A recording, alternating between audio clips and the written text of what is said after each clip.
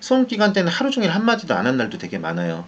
뭐 하루에 딱 한마디가 얼마예요? 요거. 그렇게 외적 격리를 하는 것도 이 시기엔 괜찮습니다. 강의를 하려고 제가 이제 회사를 그만두고 이제 책부터 써야 되잖아요. 그래서 여의도에 있는 공유 오피스를 구했어요. 거기서 이제 책을 썼는데 당장 이제 밥 먹을 때가 마땅치가 않은 거예요. 이제 어떤 대기업에서 12시 반이 넘으면은 그 직원 식당을 일반인들한테도 개방을 해줬어요. 제가 이제 거기 12시 반 이후에 가서 밥을 이제 사 먹었었어요. 근데 이제 저는 뭐 로펌에 다닐 때 이제 양복 입고 출퇴근을 했지만은 거의 그냥 고시생처럼 완전 고시생만큼은 아니더라도 굉장히 이제 제 나이에 안 어울리게 편하게 하고 그냥 그러고 가서 그렇게 했었어요. 근데 굉장히 이상한 일이 벌어지는 거예요. 어떤 일이 벌어졌냐면은 식권을 이제 돈을 내고 이제 사람한테 사는 게 아니라 카드를 집어넣으면 거기서 식권이 똑 떨어지는 그런 구조였거든요. 어느 순간이 되니까 갑자기 식권이 안 나오는 거예요. 카드가 안 되는 거예요, 이게. 카드가 고장난 거예요. 그래가지고 내가 되게 놀라가지고 일단 그날은 현금을 주고 사고, 근데 보니까 그 카드가 잘 돼요. 어디 지하철 타때도 찍어보면 잘 되고, 문제가 없어요. 어디 가게에서 내면 잘 긁어주고. 이상하다. 그래가지고 제가 아무튼 간에 다른 카드를 다시 들고 왔어요, 다음날에. 근데 그 카드도 안 되는 거예요, 그 카드도. 그래서 뭐지? 왜 이런 일이 하다가 나중에 깨달았어요, 나중에. 이게 왜 그랬나 봤더니, 카드를 어느 정도의 힘을 가지고 밀어 넣어야 얘가 인식이 돼요. 그렇게 인식이 되는데 제가 그거를 너무 소심하게 너무 약하게 밀어넣으니까 얘가 인식이 안 됐던 거예요. 그때 제가 그때 깨달았어요. 그러니까 제가 저도 모르게 의식을 하고 있었거든요. 왜냐면은 내 뒤에 이제 다 여기 이제 여의도의 유수의 회사에 다니는 사람들이 다 양복을 입고 줄을 서 있는데 거기에 이제 제가 저도 이제 뭐 어디 뭐 이상한 사람은 전혀 아닌데 저도 모르게 저 사람들이 날 혹시 이상한 사람 보나? 나 뭐 이게 그런 생각을 하면서 매일매일 조금씩 내가 주눅이 들어갔더라고요.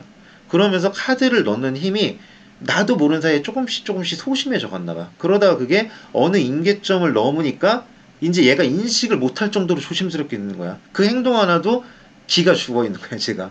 그래서 제가 그때 느꼈어요. 야, 내가 작아졌구나. 여기 뒤에 있는 사람들 눈치 보고 있고 남이 나를 이상한 사람, 난 그런 사람 아니거든요. 그런 사람 아닌데 그래도 이제 그렇게 되는 거예요. 그 당시에는 수험생이었지만은 대단한 이런 합격을 이루는 그런 과정에 있는 사람도 그렇고 또 나름대로는 좋은 직장에 다니고 있었지만은 또 새로운 도전을 했던 저도 그렇고요. 타인의 시선에서 자유로워진다는 게 굉장히 어려운 일이고요. 그리고 어떻게 보면은 우리 인간은 평생 그것을 의식하면서 살고 있다고도 생각이 돼요. 제가 약간 좀 그 허무주의에 가까워가지고 뭐 그런 거 관련한 도서에서 본 얘기인데 그 옛날에 그 프랑스 있잖아요. 프랑스에 이렇게 단두대가 있었어요. 단두대. 단두대에서 이렇게 사람을 처형하면요. 본보기로 사람들이 쫙 구경하고 있고 이제 거기에 나와가지고 사람 목을 치는 거예요.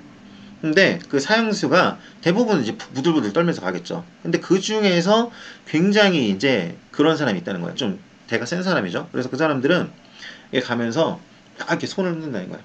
자기 죽은 거 구경하러 온 사람들한테 손 들면서 막 오히려 이제 소리를 친다는 거예요. 지금 나는 이 생과 사의 비밀을 알려 신성한 여정을 하고 있다.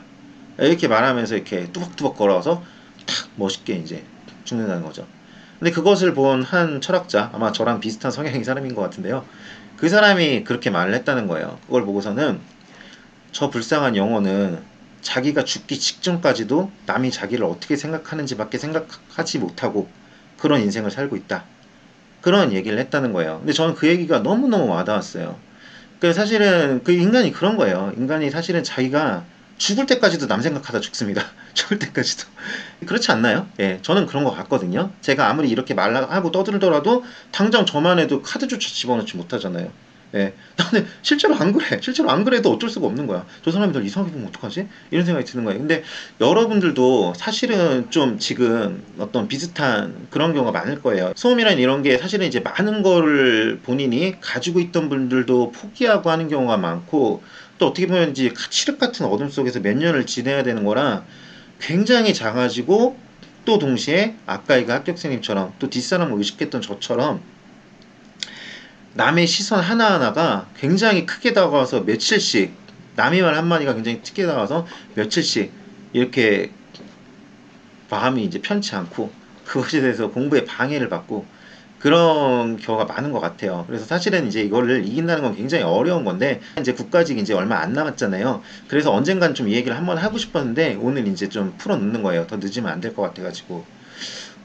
근데 사실 사람이 이렇게 내적인 독립을 이룬다는 거는 굉장히 어려운 일이죠. 굉장히 어려운 일이지만은 저 같은 경우는 그래요. 저 같은 경우는 저도 그래요. 똑같은 사람이에요. 저도 뭐 남이 막, 저 사람이 나 어떻게 뭐 무시하나? 저 사람이 아니면 날 뭐 이것에 대해서 날 나쁘게 생각하나? 별 생각을 다 합니다. 늘 그런 생각을 하고 살죠. 그런데 그래도 그럴 때마다 저는 그 단두대를 생각을 해요. 단두대를. 그래가지고 죽기 직전까지도 멋있어 보이고 싶어 하는 남이 나를 어떻게 생각하는지가 더 중요한 그렇게는 하지 말아야겠다. 그런 생각을 하면은 조금 마음이 편해지는 게 많이 있어요. 저도 지금 생각을 해보면 이렇게 많이 떠들고 있는데 수험 기간 때는 하루 종일 한마디도 안 한 날도 되게 많아요. 뭐 하루에 딱 한마디가 얼마예요? 요거 가게 가가지고 뭐 계산할 때 아마 여러분 공감하시는 분 많이 있을 겁니다. 수험생이라면 한 번쯤 공감하는 거죠. 내가 하루에 한마디도 안 하는 거, 사람들을 안 만나는 거. 요 시기에는 뭐 평생 그러면 당연히 안 되겠죠. 그렇게 외적 격리를 하는 것도 이 시기에는 괜찮습니다. 왜냐하면은 내가 인생에서 가장 작아지고 가장 예민해진 시기고요. 지금이. 그렇고 이 시기에 어디에서 어떤 돌을 맞아가지고 내 마음에 파도가 칠지 몰라요. 그거는 조약돌이지만 내 마음에 파도가 될 수 있어요. 그거는 아무리 스스로 안 그러려고 해도 어쩔 수가 없는 것입니다. 또 스스로 격리하고 최대한 외부와의 자극을 줄이고 스스로의 마음도 내적으로 그러고 외적으로도 그렇게 그런 여지를 없애버리는 그런 공부도 지금은 이제 필요할 때라는 좀 생각이 듭니다. 쉬운 행정법 버발못을 법잘알로 쉬운 행정법 외계어를 급식어로 쉬운 행정법 로보도 데리고 간다 씹어 먹여주는 강사